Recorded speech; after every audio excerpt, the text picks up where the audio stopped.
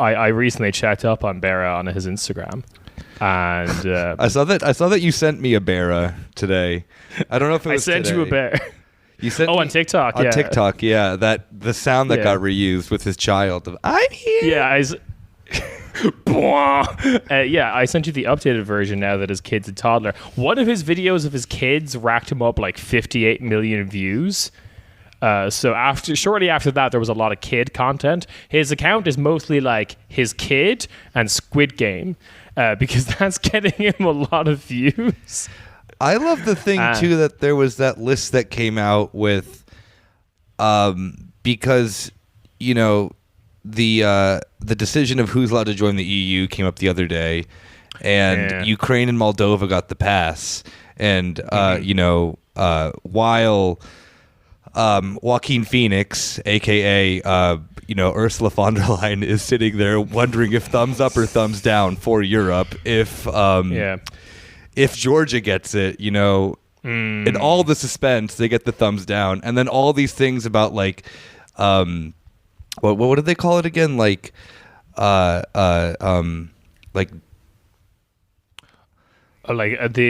accession chapters and stuff like the de-oligarchization of Georgia, but it turns out that it's just one guy. It's one guy. It's Pazita Ivanishvili. Yeah. And the fact that then everyone being like, oh, wonder why Georgia didn't get it. It's like, actually getting rid of one oligarch I think is much more difficult than whatever 100 like Ukraine has or whatever. And also, I don't think who's gonna fund Bera's career? Like, come on. Yeah, we can't have this. Well, actually, maybe we could pivot to the money that's meant to go towards agriculture. Well, the Georgian just funneled all the EU structural development funds into Bera. Bera, yeah. That was the instead of this bridge, we have Bera. Yeah, exactly. Bera dropped a new album. Yo, legalize it. That was the thing too, is that then because Borjomi got seized by the state for the water company. Remember the huge strike they went on? Exactly. I bet they got seized because of connections to Russian oligarchs, this and that and that. It's just, you know what? Just nationalize Bera. The answer's right in front of you. He's a national treasure. I don't know how many people how many jobs his career provides as being the lone fail son of this country. I mean, I do. I wonder about how powerful EU structural funds Bera would be, especially if we linked him up with just a room full of Swedish producers who just crack out the world's catchiest riffs in one afternoon, and suddenly they just propel his career. It's yeah, here is a song that I wrote for Dua Lipa, but she didn't want it. Here you go. Yeah, I want I want to see Bera and Young Lean make a song together. Let's make it happen. Bera and Blade. Can we please get drained Bera? Speaking of Bera with celebrities, his most recent TikTok, which I did not send you on TikTok because I posted on Twitter, is the funniest fucking shit in the world. So he hopped on the Johnny Depp Amber Heard stuff. Oh no. Bera, why do you have to talk about this? Because he's oh wait, I've seen this. Yes, you see this, where it starts off, the TikTok starts off with him just shaking his head, being I met Johnny Depp 10 years ago and he's the nicest guy ever. And it's a photo of young Bera back when he had the long hair and the shades on all the time with Johnny Depp. And what was obviously a meet and greet kind of photo. I don't think they had a conversation. I don't think Johnny Depp remembers him or anything. But the funniest thing about the photo is Bera's doing the shocker in it. I saw that, yeah. Or Bera's just a proud student in Arizona State University. I genuinely think someone told him it was a gang sign. And he was God. That was one of the wildest, overlaps I've seen of recent. Oh, God damn it.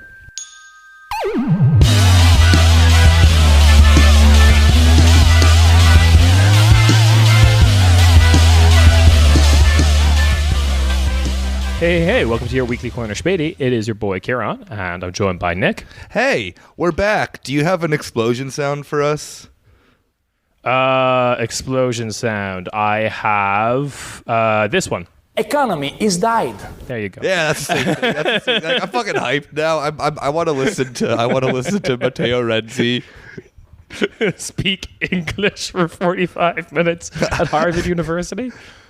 Wait, that was at Harvard? He said that? That was at Harvard. Economy has died. Economy has died. Oh, beautiful. Anyway, we're back, baby. We are back after a long break. The last bonus episode, I listened back to it recently. It opens with me saying, well, I was on a break and now I'm back. And at least I didn't know there would be another fucking anime summer break. It's been a long anime summer break. It's been a long anime summer break. This was a fucking OVA or whatever. Anyway, Nick, I have a question for you. I have a hypothetical scenario for you to imagine. And I want you to bear with me here. All right, I'll close my eyes and imagine. All right. So imagine you're a 6-year-old, right? It's your it's your birthday. All right? And you're wearing I don't know, what's your favorite cartoon at the time? Like what like a Dexter's Laboratory t-shirt or something? What are you sporting? When I was 6? Yeah. Was I was I too young for SpongeBob? Let's just go with SpongeBob. Okay, you're wearing a SpongeBob t-shirt, but maybe it's not canonical, whatever. Nick's 14. Yeah, SpongeBob came out in 1999, so yeah, I was 8. That works. Whatever. Fuck it. Who gives a shit? Yeah. All right. Your mom invites everyone in the class, but no one shows up, right? And then she tweets about it, and she tweets, "Not a single person showed up to my son's 6th birthday. None. I invited his entire class of 24. I have no idea what to do or how to make this right for him." Oh, God. Tears down emoji. Yeah, exactly. You know, there's one thing that would just make me feel better, and that is if... There's just... in the replies...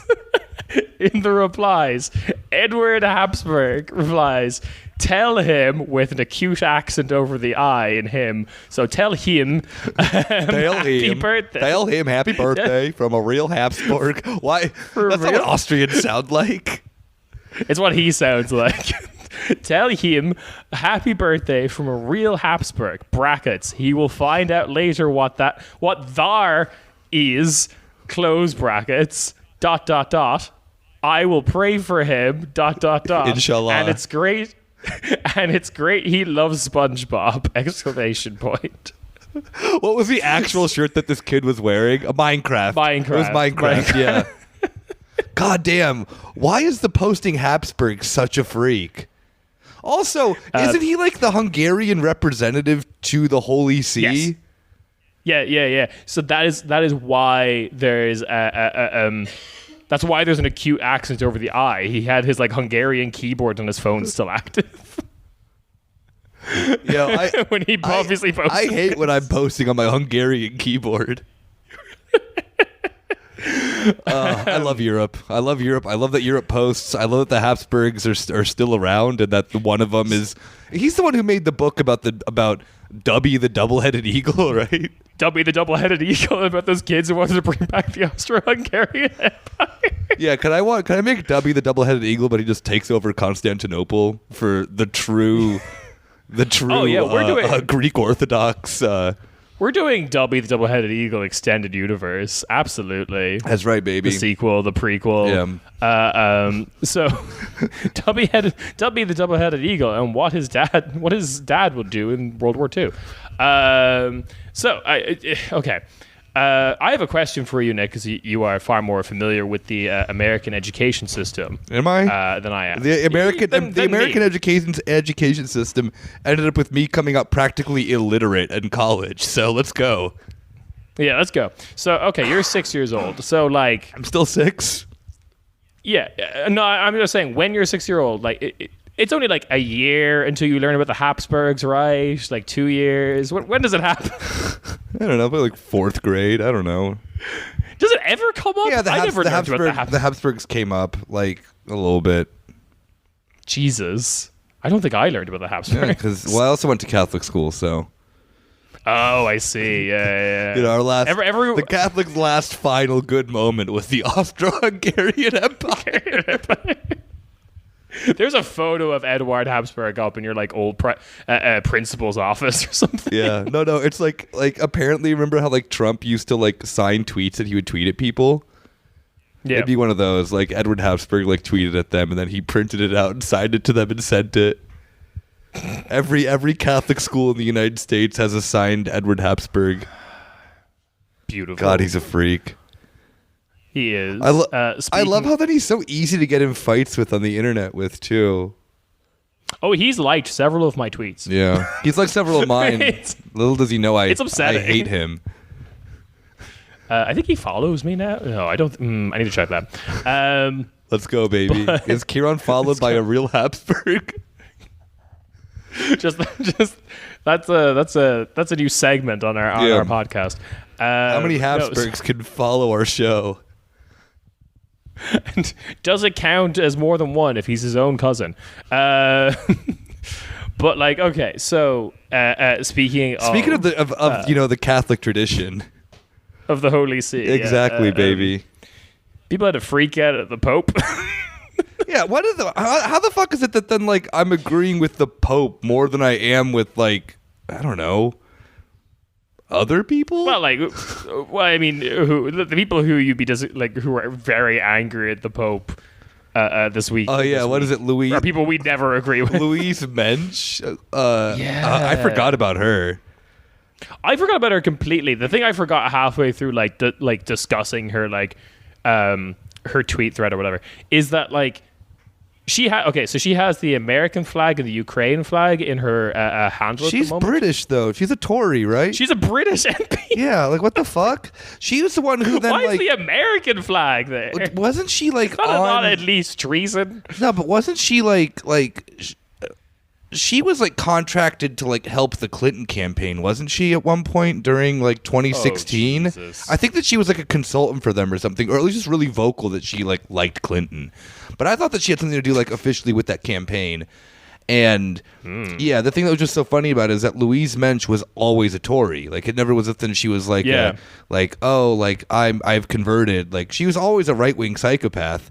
And the fact that she's like this really funny example of just like these, as a proud Catholic myself, like obviously the Pope is going to be like anti-war. Like that's, okay, maybe not Pope Pius, the, little bit of a controversial figure, or the Crusades, say what you will, but yeah, it wouldn't be a surprise that the Pope is going to have like the perspective of like, hey y'all, peace, whatever, also don't really like the gays still. We're gonna forget that Pope Francis has a very bad track record on that because yeah. But yeah, no, so he says what I think is Pope Francis is a good pope, but it's still a pope. Yeah, it's still Catholic, baby. The Catholic Church still really fucking regressive. The thing that's also the funniest thing as well too is that there's a bunch of Catholics leaving. They're Americans, by the way, and like Rod Dreher is one of them, where they're leaving the Catholic Church because it's too progressive or whatever, and then they're becoming Greek Orthodox. So, yeah, Louise Mensch, that American flag emoji, do the American thing and convert to Greek Orthodox because, clearly something's wrong with your version of Catholicism that would be outright pro. I don't know. She's just a fucking dumb lib, or like lib in the general sense of the word liberalism. But yeah, like, or as Pope Francis said that then like maybe NATO is also responsible for this. It's like, yeah, no fucking shit. They pushed Ukraine into a war, and then now we're pretending that they didn't. So yeah, like, we've covered this longer than I think most people on Twitter who found out on February 24th that Russia and Ukraine had beef. So there was a 2019 episode I listened back to recently where like I remembered that it was actually a meme on our podcast that whenever we brought up Ukraine, we would bring up the fact that like the war and the conflict is still going on, because at that point like the news cycle had completely abandoned like all the 2014 annexation of Crimea stuff. Yeah, because Minsk too. Oh god, fuck, we're talking about this Ukraine shit. We don't have to talk about this. But, we can talk about the insane stuff Louise mentioned. Of course. Yeah. Like it's what if she then says that the Pope is appeasing Hitler? Like, I'm sorry, that wouldn't be the first time in Catholic history of the Catholic Church doing that. Also, just the baby brain take of the thing that then I just find that's so funny at the end of the day is that these are all the same people who a few months ago would be like, you can't compare everything to Hitler. That's just uneducated, this and that and that. Yeah. And then the only way that they can justify all this shit is and they'd be like, Putin, Hitler. And it's yeah, I get Putin's an absolute dick, but what?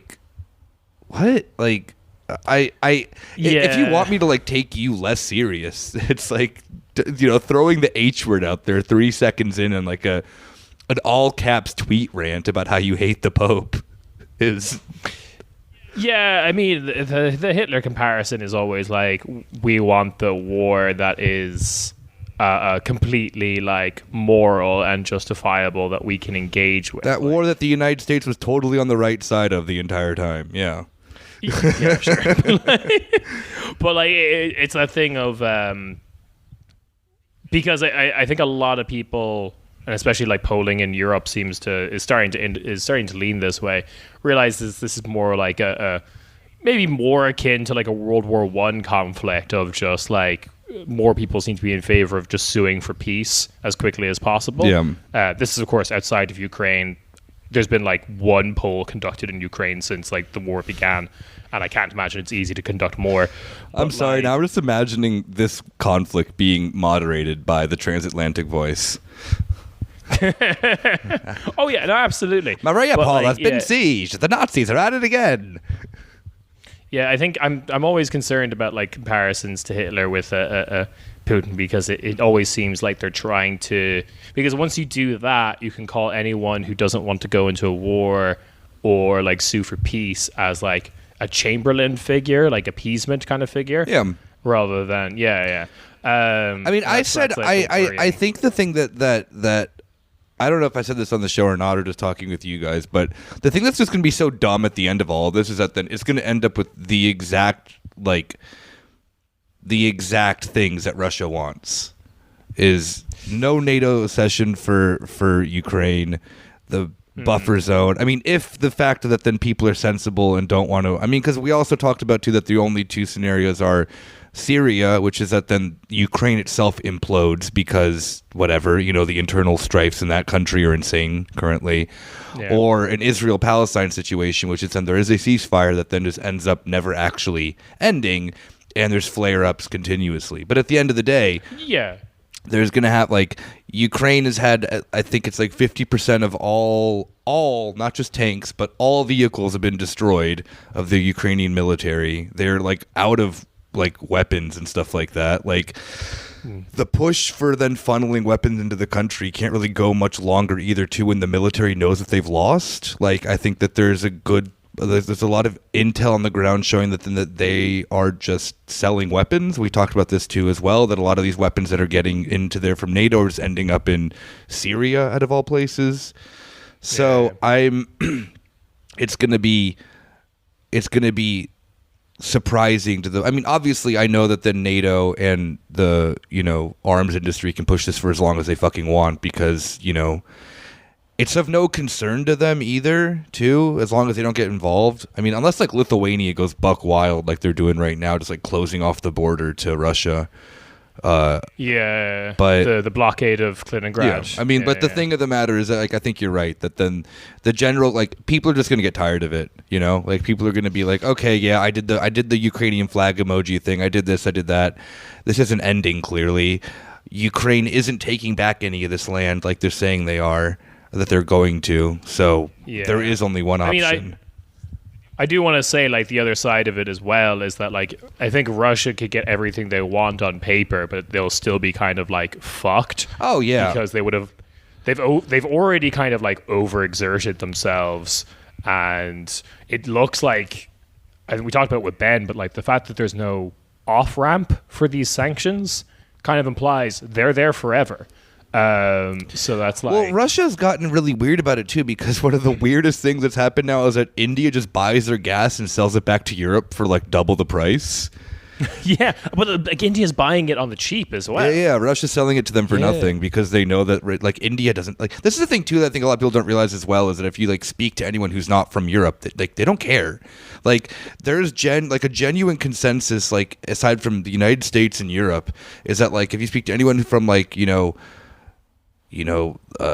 Asia, the Middle East, Africa, South America, whatever, they're just like, yeah, whatever. Like, they're going at it, like, like there isn't this, there's the investment in it isn't the same as well. Like, obviously, geographically speaking, yeah, but they have their own histories of imperialism that they just don't give a shit about if Europe dukes it out. And they're obviously going to take the chance that they can to fucking make money off of it. Like, that's just how this shit works. Yeah.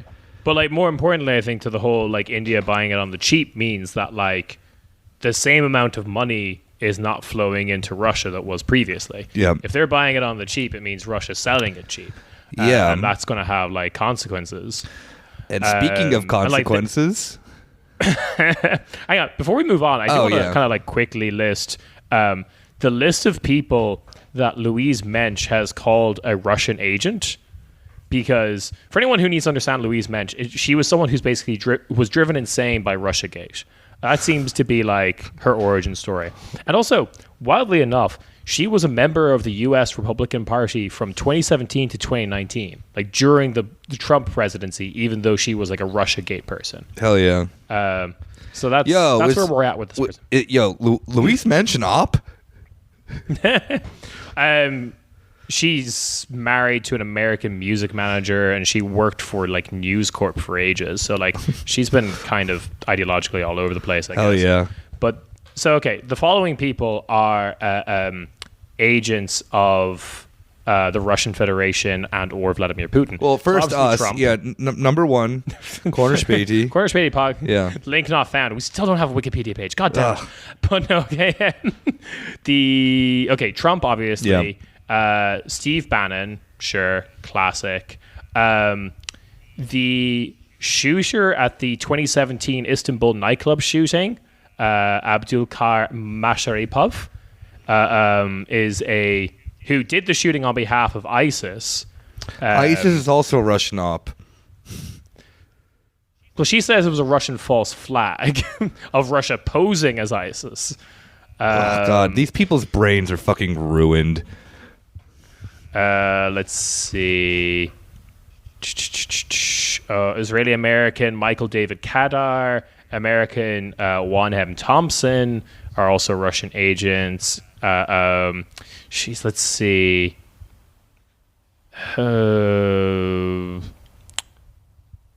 Anthony Weiner. Of course, yeah.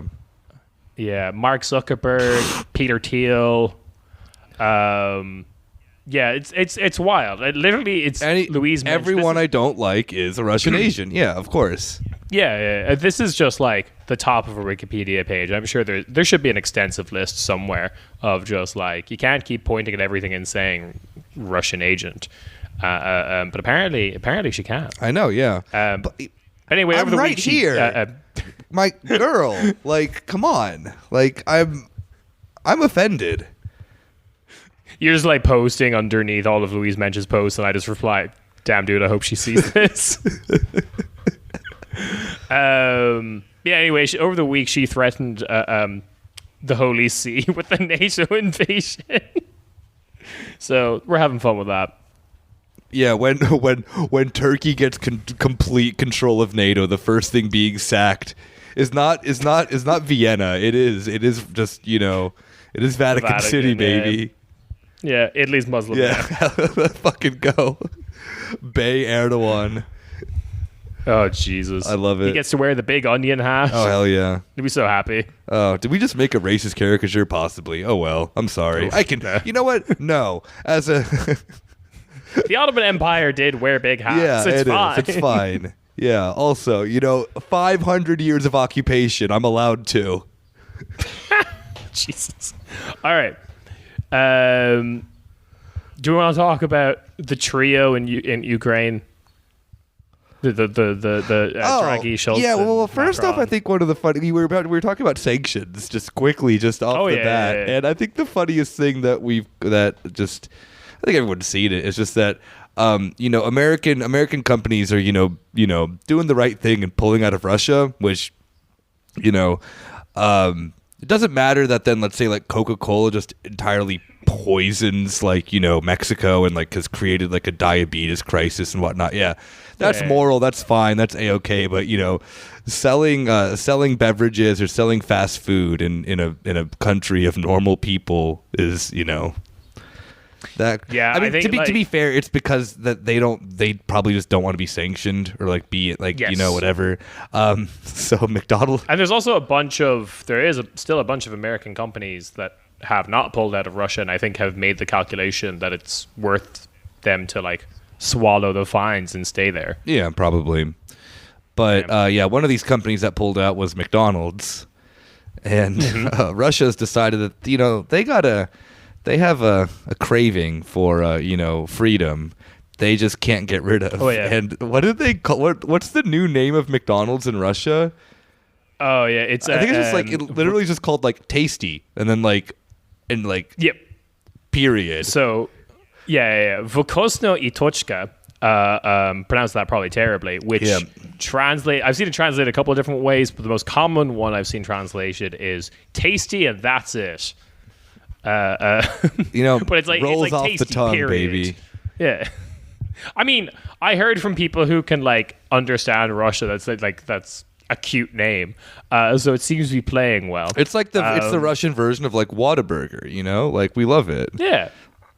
So so McDonald's is a franchise. So if you go to an individual McDonald's, there is some sort of local skis bag who owns that McDonald's and kind of runs it. Ronald McDonovich.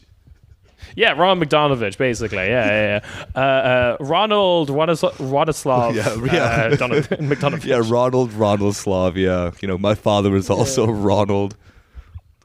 So it's a franchise, and it turns out that basically every McDonald's in Siberia and the Far East regions of Russia was owned by one guy. Of course it was.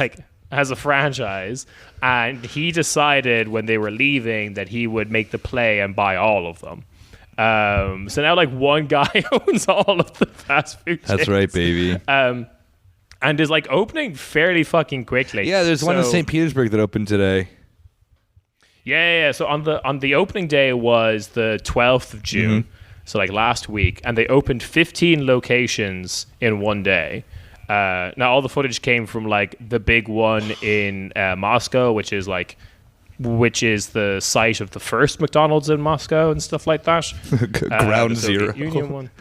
Ground zero, exactly, of privatization and the horror of the 90s in Russia. But then they opened an additional 40 locations on the 13th, the day after. So it's going buck wild. And they have rushed it. The packaging at the moment is either all white or still the McDonald's packaging with the McDonald's logo scribbled out with a Sharpie. Hell yeah. And I saw an interview with the guy, the Siberian guy who owns it, and he was like, "It's a shame we can't sell Big Macs and McFlurries, but we've got top guys on it coming up with new alternatives." It's just be the same thing.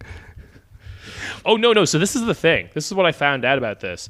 There was an exiting contract with McDonald's. They're actually under super restrictions to what they can and cannot do. It's actually ridiculous. They are more restricted for what they can put on their menu, what branding decisions they can make than Burger King is. Really? And McDonald's. Yeah. They can't, for example, they're legally not allowed to use red and yellow as their branding colors. Oh, the colors of the Soviet Union. I understand. McDonald's understands that Russia is actually not the same thing as the Soviet Union. Thank you. Somebody has some sense. Ronaldovich McDonaldova.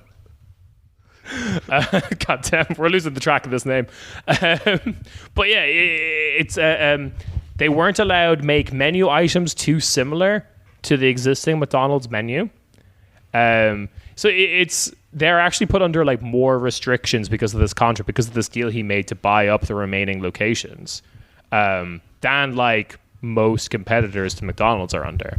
So it's really strange, and I'm wondering how it's going to play out. I'm sure it'll be fine because their existing menu is close enough. They're also still serving Coca-Cola products, even though like Coca-Cola pulled out of Russia. So as far as I understand, the last remaining stock of Coca-Cola products in the country are being used up by Vykosnoye Tochka in like a month period or something. So get it while you can. This is like, we live in the dumbest fucking timeline. Like this is the stupidest shit I've ever heard. I was looking at it, and like of the 15 locations that opened on opening day, I think only 2 had both Coca-Cola and Coke Zero, but like the rest only had Coke Zero and no like full sugar Coke. I'm fine with like they're running out of. I like Coke Zero better. They're running out of supply. That's fine. Yeah, I'd be okay at Tasty. Yeah. So. Oh God. There you go. So you were quickly mentioning them before I brought up sanctions. Tasty and that's what are they and how do they function? The 3 just just broing them down in Kyiv. Yes. I don't think I saw one of the like most desperate just photo ops ever. Yeah, absolutely. Like that was what the fuck was like. I understand the sense that every European leader wants to go and show that they're providing scribute to Vladimir Zelensky and to Ukraine. Obviously that makes perfect sense, but the fact that the boys and like Scholz, Macron and Draghi, the fucking, and also secretly the 3 horsemen of the fucking apocalypse. But also, like, secretly the 4th one that no one talked about, which was Ioannis, the president of Romania. Yeah. Yeah, they don't. Yeah, you're not one of the big 3. Yeah, no one. It's like the thing of like the big 4 of thrash. Like Metallica, Megadeth, Anthrax, and then everyone always forgets the 4th one, which I don't remember it either. Is it Tesseract? Is it not Tesseract? What are they fucking called? Testament. Is it Exodus? I don't fucking know. Like, just No. This is like the 3 gods of thrash metal, and the 4th Machine Gun Kelly. Oh God, like that tour is going to exist. That 100%. Oh yeah. Just like like a bunch of like 60-year-olds and Machine Gun Kelly. Hell yeah. But no, I mean, I'm sorry, you can't get Machine Gun Kelly to go on tour with, never mind. I was gonna make a bad underage women joke, but yeah. Pop punk, baby. Yeah, woo. That's the great thing about pop punk. I keep getting older, and they keep assaulting underage women. So let's see. So what happened was Draghi, Scholz, and Macron, and to a lesser extent Ioannis, went to visit Kyiv. And it's a lot of photos of, I don't know if you noticed, but Scholz hanging out. Scholz with the worst drip ever. The worst. Okay, possibly. Yeah. Like looks like a fucking you tell like the IT guy to dress up. Like he just puts on a nice whatever, like with a bowling shirt. Like I don't fucking know. No. Scholz is a rockabilly. Okay, explain. Okay, no, just because rockabilly's like short sleeve bowling shirts. It's a thing. Oh, yeah. Scholz is like an American Midwest dad from the 50s. Like he's a background character from Happy Days. Exactly, rockabilly. It's 2022. Yeah. Scholz is a closeted rockabilly dude. He has a lot of good photos of him doing his like serious kind of like concerned, determined face that Scholz has. You can see that around of him just like doing the fucking what's his name kind of thing of just like posing with rubble kind of shit. The French philosopher, I've forgotten his name. Henri Bernard Lévy. Yeah. So yeah, he's doing a bit of that, and they're all 3 of them are basically responding to the fact that everyone gave them shit for not going. Oh yeah, and also Iona. So like we'll lay out the list because one of the things that's like one of the dynamics that's kind of arising around like the Ukraine war is just like what you could broadly call Eastern Europe, kind of like Poland basically leading the path on this, as well as the Baltics, just like giving shit to what they view as like an indignant and uncaring like Western Europe. Yeah. Like Poland's been sending like 50 caliber sniper rifles to Ukraine and shit like that recently. I wouldn't trust a Polish anti-tank rifle. I'm sorry. Like, so like the line of criticism though against these three leaders is in my opinion kind of worrying. Like, so the classic one is like Scholz is trying to get in front of the fact that like Germany is not sending enough weapons, according to some. Draghi and Macron apparently recently said a little too publicly that Ukraine will probably have to cede territory to get peace. Which at least it's not as bad as what Christian Lindner said just like the day before the invasion, that he's like, yeah, if Russia were to invade, Ukraine would just be like completely annihilated. Yeah, that's okay. One of the silver linings of this whole thing is just the fact that like Lindner has been completely steamrolled by the events of history. Like if you turn to corner Späti circa late 2021, we were all shitting bricks that Lindner was going to be in charge of the German economy. Like we were kind of like, oh, this No. sucks. We're still right about this because Germany today is overturning their fracking ban. Oh yeah. No, things in Germany are still fucking terrible. Yeah. But like Lindner just has been like, yeah, no, we're not gonna like. I mean, okay, the thing of like Germany banning like combustion engines, that was like on the table. They took that off immediately. Of course, Lindner said that today at the B, I think it's called the B7 conference, which is yeah. What the fuck's the B7? Because you don't want to. I mean, you know, because Germany full of Crips. Germany full of Bloods. They can't say C's or G's or whatever. I don't know. Yeah, of course. Yeah. It's like another conference that then has to do. I don't fucking know. You know, these things are all made up. Oh right. And had to do with the sense of like gas policy or whatever. And that Germany, first off, you know, big dick energy. That this thing that, you know, coal phasing out. Yeah, fuck that. Whatever. We're gonna double down on our coal production and to own Russia. And this thing I think is always kind of funny because it comes up in the discussion always that then like Germany needs to get over its obsession with hating nuclear power because it is an alternative. It can't be the only one. You know, I think that we may have had this discussion or not, either amongst friends or on the show, of that then Germany's complete aversion to nuclear power is one of its like weirdest offsets because it could be a transitional thing. It's not the end. Like it's not the even.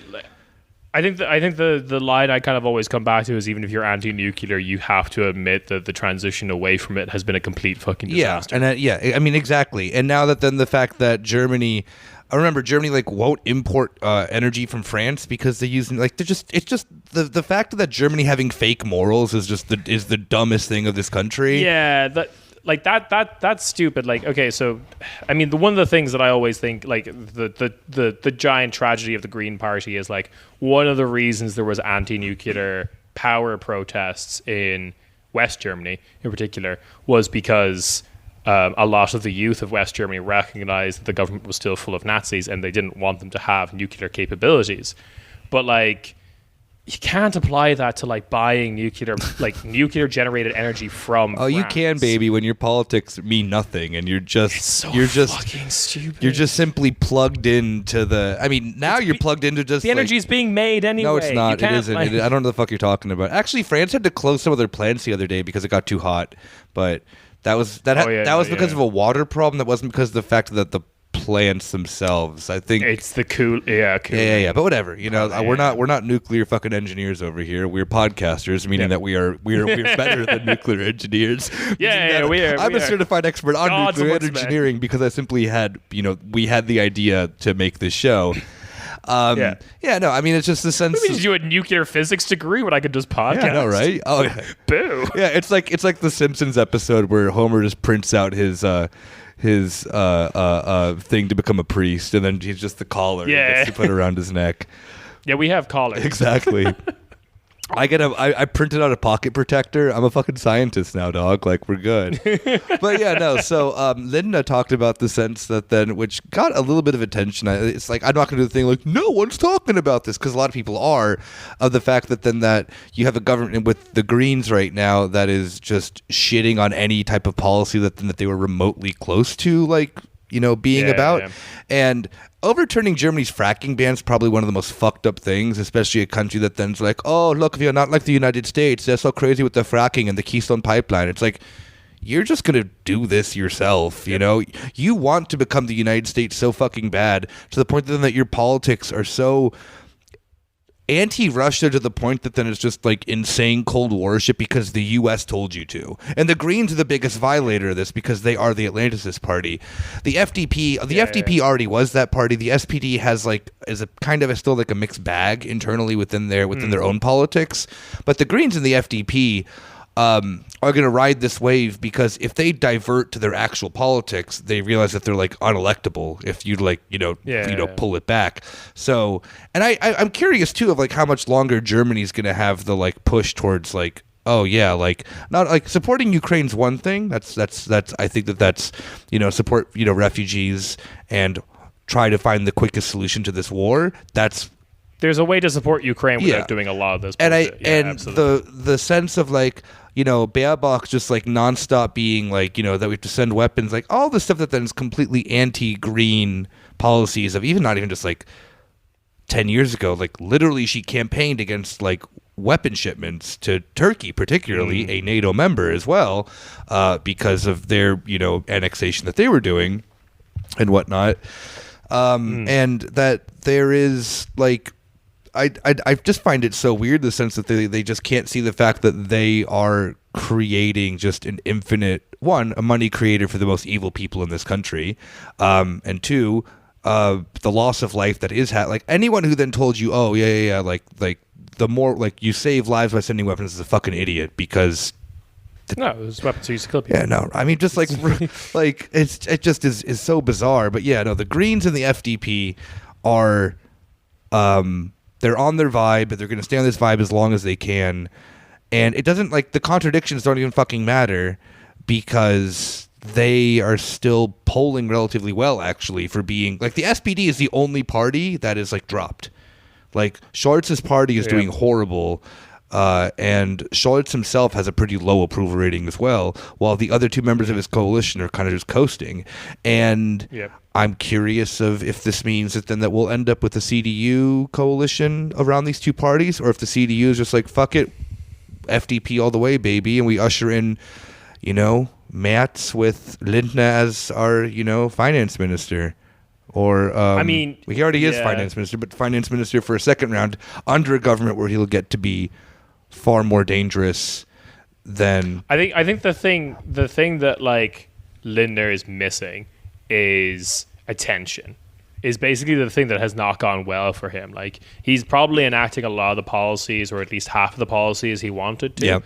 But like he's not. He thrives on attention, and he's not getting it because events of history are happening. Yeah, well, and because the fact that then Baerbock and Habeck are the ones saying the dumber shit. Like, I mean, dumber to you and I, brilliant things to if you're a absolute freak. But Linda's just kind of playing the card that he doesn't want to be playing, which is being the like silent freak, and is doing a lot of damage behind the scenes while then quietly just saying these things in like press conferences where like Habeck is the one, like, did you see this thing where like, speaking of the Greens completely just being devoid of any type of morals, the Greens have completely changed their position on Julian Assange, where Oh, that doesn't surprise No, of course me at not, all. because they're the Atlanticist party. Anything that the U.S. Democrats tell them to do, they will do, to the point that I think like John Kerry met with Baerbock and Habeck during the election, like to give them pointers. They want to be the U.S. Democrats so badly that they're devoid of any type of politics, like of any type of like actual activism or whatever the start of this, whatever problems the Greens had beforehand, you could at least say that there was a clear line of environmentalism and this type of stuff. There were some principles. Yeah. Principles, basically. Well, yeah. So Habeck was interviewed by what's his name? Young and Naive. Oh yeah. Thilo Jung. Yeah, he was interviewed by Thilo Jung, and Thilo Jung, who Thilo Jung, I find kind of a laughable figure, but there's a few issues that he is actually really good about, and well-intentioned German. Yeah, press freedom is one of them, and Julian Assange has been a thing that he's asked a lot of politicians about. So, what's your opinion with Assange? And he then asks Habeck the question of do you think that it's right to extradite him? And Habeck gives this just really long-winded pro-U.S. answer of oh well he did crimes, this and that and that and then Thilo Jung had to explain what he did with the drone strike things and what WikiLeaks did, this and that and then finally Habeck's well in that case then maybe I am for this, we can talk about it. And then Claudia Roth, who's also someone who then has goofy politics but I at least thought had a little bit clearer of a perspective on this, just also gives this really long-winded answer that then oh well, not in the same interview, but she was interviewed by TDF or whatever the fuck it is, gave another answer that was just oh well he'll get a fair trial in the United States. It's are you dumb? What? Substantially less important people than him do not get fair trials. No, Julian Assange will be in solitary confinement for the rest of his fucking life. He already wasn't in the UK, He was in one of the worst prisons in the UK. Can you imagine what's going to happen to him in the United States? So yeah. I mean, there's a lot of things that could happen. He could get suicided. I don't want to predict anything there, and I don't know. They could. Yeah, I don't know. But the thing that I find very telling about all of that is and it's not a surprise for anyone I think who's encountered not necessarily a Democratic politician or a politician that tries to be like the U.S. Democrats, but even just a supporter of mainstream kind of Democrats, is that a lot of issues, and Julian Assange is definitely one of them, is completely on autopilot. Yeah, they're just kind of repeating. They're repeating some Atlantic article that they fucking read from some freak who probably is a Republican that they don't even realize. No, you've already gone too far, Nick. They read the headline and the opening the byline, the byline, yeah, absolutely, because Russian agent Julian Assange. I mean, it doesn't even have to go that far. It just has to say oh, he broke the law, or it's exactly what Habeck did. He just doesn't know. They just don't know what they're talking about. And there's a lot of issues like that. I'm 100% sure. One thing that's happening at the moment in the UK, and this is tangentially related, is that there's a huge rail strike happening at the moment. The RMT union. Yeah, it started today, didn't it? Yeah, woo! Sorry today, and the press is naturally enough freaking out, which is great to view. But the head of the union is a man called Mick Lynch, who is just the only person who's been allowed in front of a camera on mainstream British news, which to be honest is all of it, in decades. And he is not of that world of that weird wrapped up political access journalism class that runs the UK. Yeah. And he is literally just shattering perceptions. The Tory government is constantly just sending a bunch of backbenchers at him who are reading off a script and reading off points that are not true or missing huge amounts of context, and he can just completely refute them because he's a man on the ground who's been there. He's been at the negotiating tables. He was at all these meetings that happened beforehand, etc., etc., etc. He's not even getting this information secondhand. He's there in the weeds, and it is just breaking people's brains because, and going back to the Habeck thing, loads of this shit is just on autopilot. Yeah, there are people who care a lot, but the vast majority of them are people who are just repeating a handful of lines. Well, it's the same thing too with what's his name, who's the head of the Amazon union, that just absolute king. Someone who's He was actually fired by Amazon, ends up becoming the head of their union in New York, I think it was. Because he dedicated himself full time to like making the union after exactly. Fired, and then you have these people of someone who like you said, someone who isn't like trained in the typical sense, who a bunch of like those dumb leftists who get mad when people go on like Tucker Carlson or whatever, that they like got mad at him because he went on Fox or whatever. Like, and I think that there's a sense of like, obviously if your idea then is a sense of like getting the word out of your thing, you're going to take any press opportunity that you can. Like if you were like in a traditional sense, yes, obviously like a lib wouldn't go on there, but he's not a lib. He's a union organizer. Yeah. The Trump group of weird Tucker Carlson people like that actually do care about union stuff sometimes, you know? Like, it isn't as, like, you know, through and through with the, like, neocon line.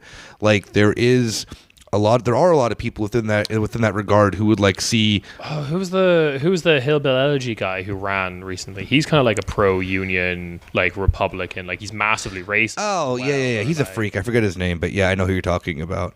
But there's this sense of that like that type of politic can actually work pretty well with this like blue collar thing. And then you saw it come from the right, where then that they like, in order to be like anti-union with it, they just got racist.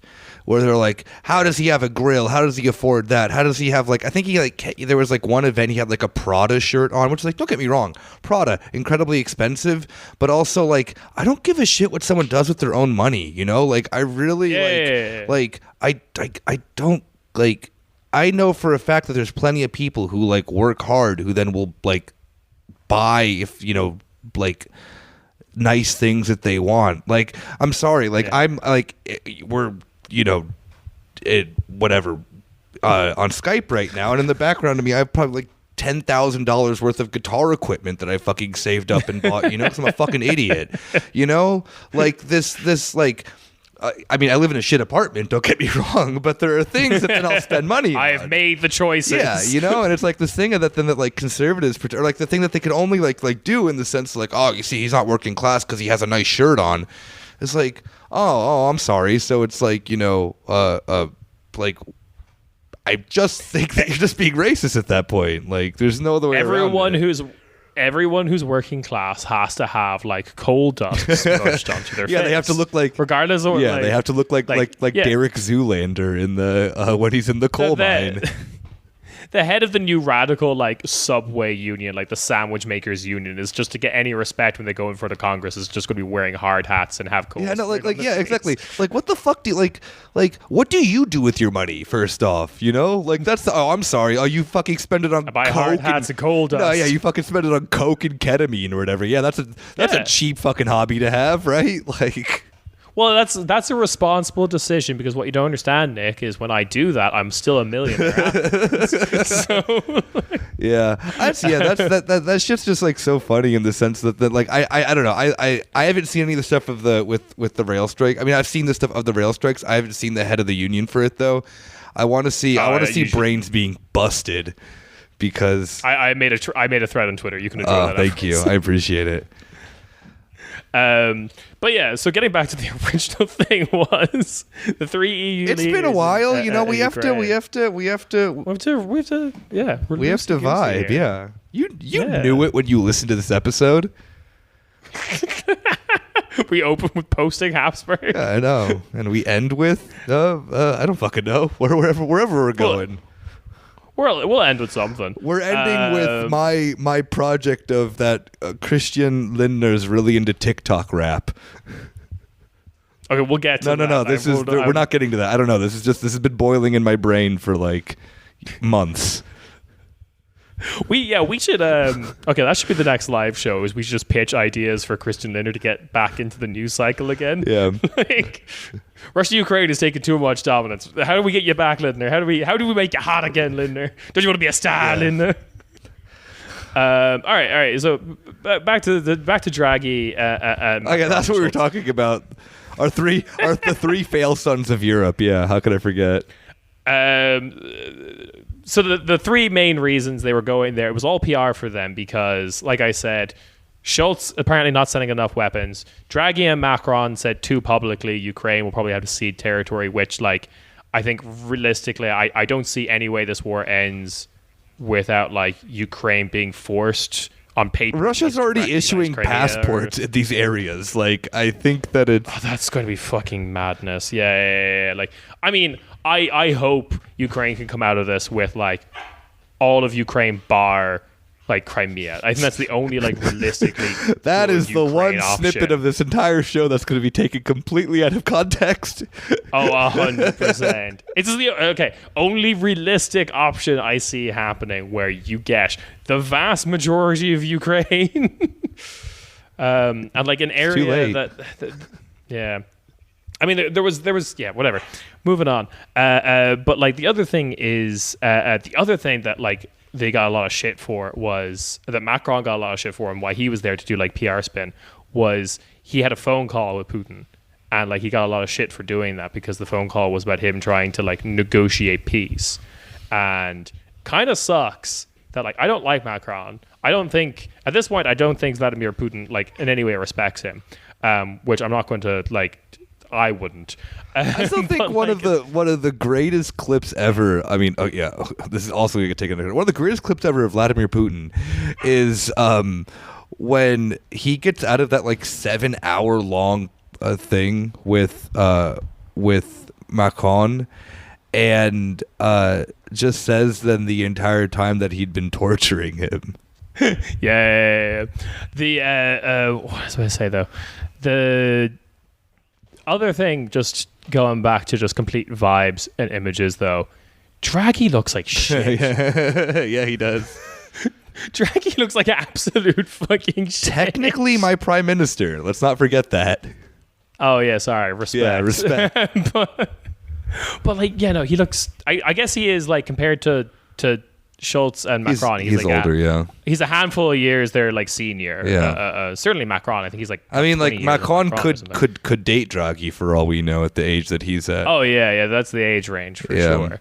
But then like, yeah, he's not looking good. And the other thing is like Italian polling seems to suggest they don't care, because.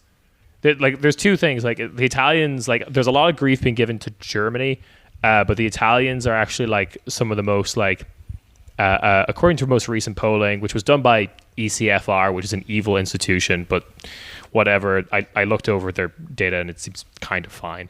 I mean, as much data as they don't make their thing open source. It's whatever. I hate them. But Italy is like one of the most like pro peace now by any.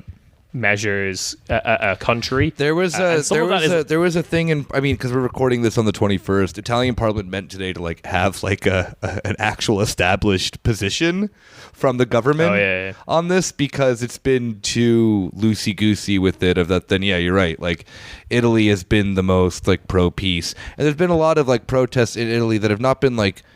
This is like it's hard for people to imagine, but they've not been pro Russia, but they've been like just. Anti-weapon shipments because they were trying to sneak weapon shipments. We talked about this on I think actually one of the last episodes that we talked about Russia-Ukraine exclusively about.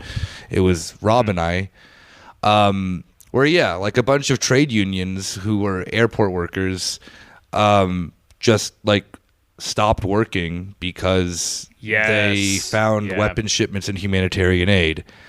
And so Italy tried to remember, because in the Italian constitution you can't send weapons to an active war zone, this and that. But so it isn't a surprise that this country, because I mean, to be very fair, the Italian government fucked up royally on this one, and I'm surprised that it didn't end up as a bigger controversy, because the only media that actually reported on it was Russian media. And that's obviously not going to be taken seriously by the West, even though it is a 100% true story. Like not everything that Russia produces is disinformation. So the best propaganda is like truth. Yeah, of course. But I mean, like they're actually like literally like as of today deciding. I don't think that they're done yet. Trying to figure out what the position of the Italian government is. It just came in. The Draghi got Senate support for his position on Ukraine. That's sorted.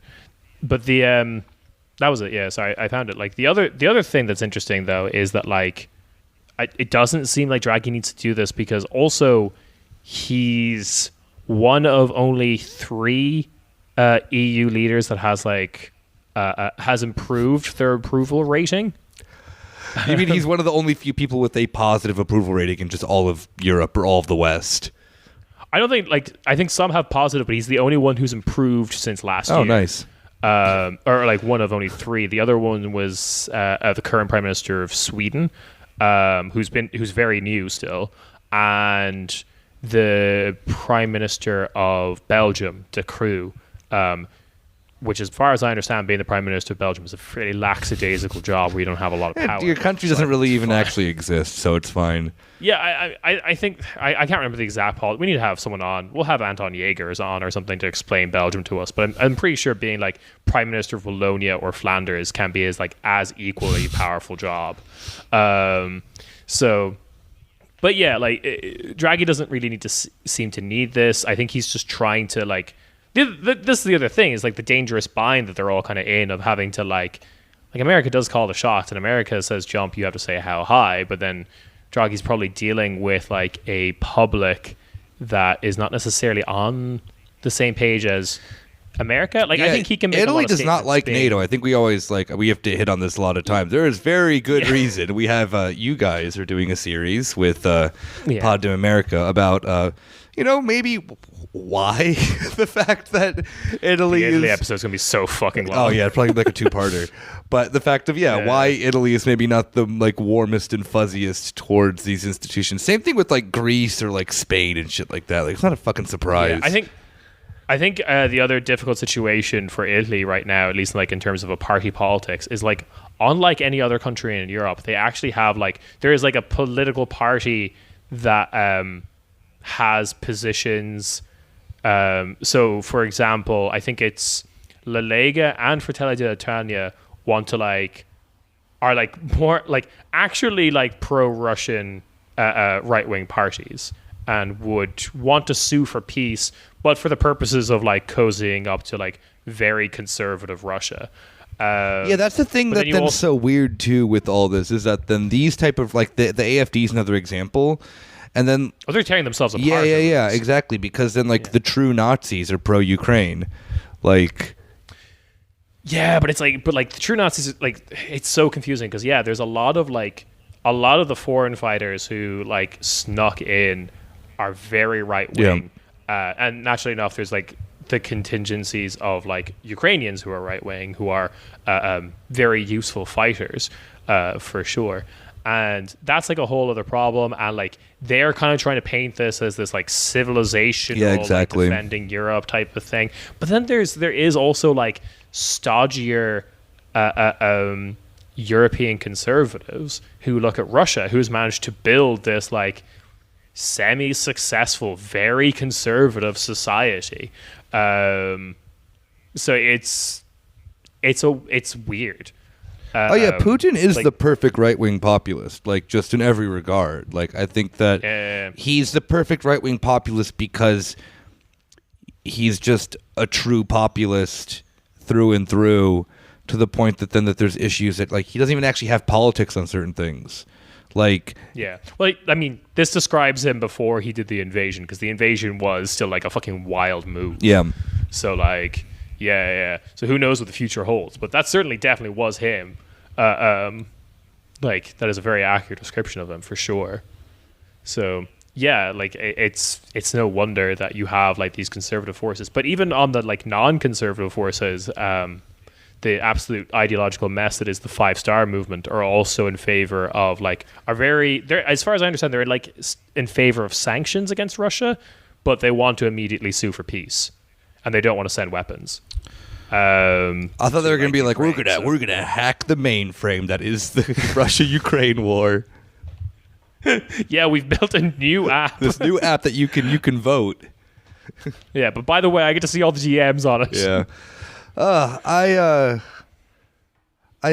think that this is as much of a psychotic roundup that we've given you of Europe for what has been happening since. This is all stuff from the last 2 days, but it feels good to be back. We have a lot in store coming up for you guys, and I guess we should just fill this in to some degree. So for the time being, because all of our schedules are completely fucked. Summertime killed us in terms of being sick, being busy, all this other type of stuff. That I got shingles. I don't know how. I mean, yeah, like. And now I have something new. If people can't tell from my voice, I've got some sort of like chest infection. I'm very sick now, and I'm wondering what it is. I need to go. My family's so concerned I have some sort of like autoimmune disease. Please, now. I'm going. Please don't.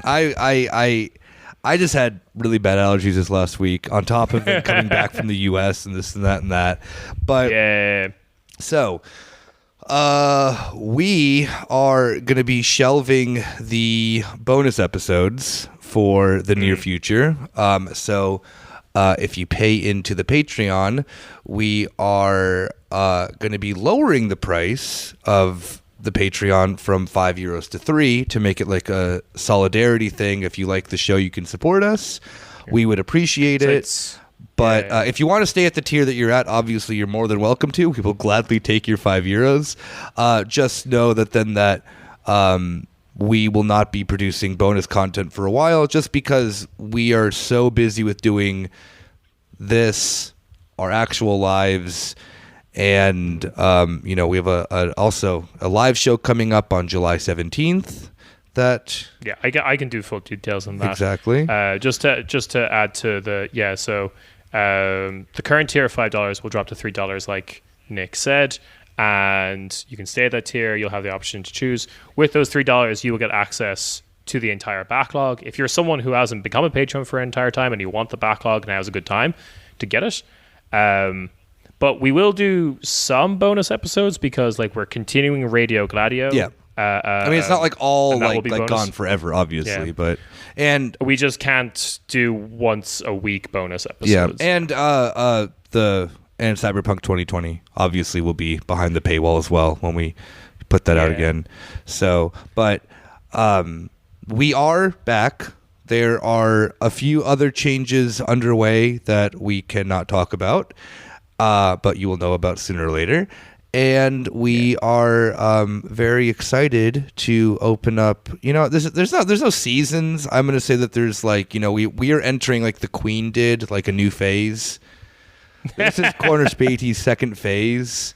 Before I still think we're in Dark Lubega arc. That's fine. Yeah, as long the last one is simply just Third Impact. Our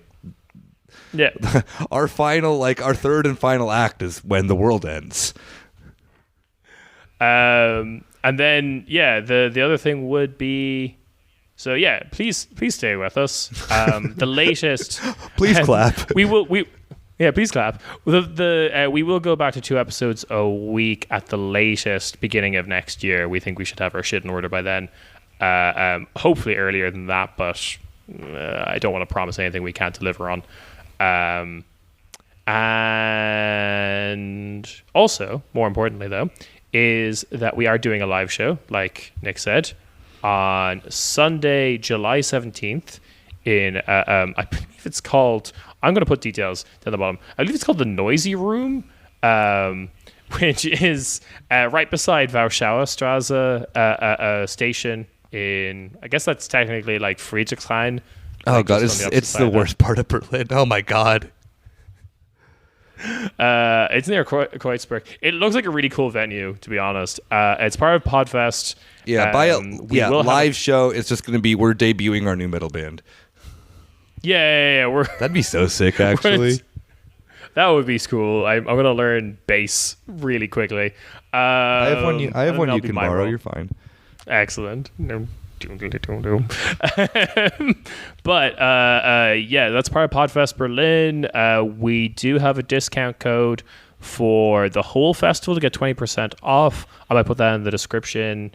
I might have to wait a week before I can actually give you that code. And we are organizing a deal that patrons, another reason to be a patron or stay a patron, will get a discount on entry to our show. And it'll be a lot of fun. I'm going to bring out slides. I'm making a poster that is way too much effort. And yeah, be a lot of fun. I'll do Megarika at the live show. Hell yeah. Because I think I'm just going to... Megarika for live shows only. We'll finish Megarika in fucking 2058. Yeah, when we're all just a continuous member of the Russian Federation. Yeah. Yeah. Corner Späti will be the official podcast of, cyborg Putin's Russia. Yeah. Oh, Jesus. Oh, I don't like that. That's going to suck. I can think of worse things. Oh, no, but the food from Vkusno Ituchka. Oh, man. Oh. Makes it all worthwhile. Just like my mother's cooking when I would get a... Just like my mom used to make, and it's just like the most terrifying, like, double burger you've ever seen in your life. Oh, you know what? I feel that the quality of food making it better than McDonald's is not very difficult to do. So good luck on you guys. Probably not. The other thing, it's like 98% of it's all sourced from within Russia. Okay, so I take that back. It'll be very bad. Just the worst cheese you ever tasted in your life. All right. And with that, we'll see you next week. Ciao, bye ciao. bye.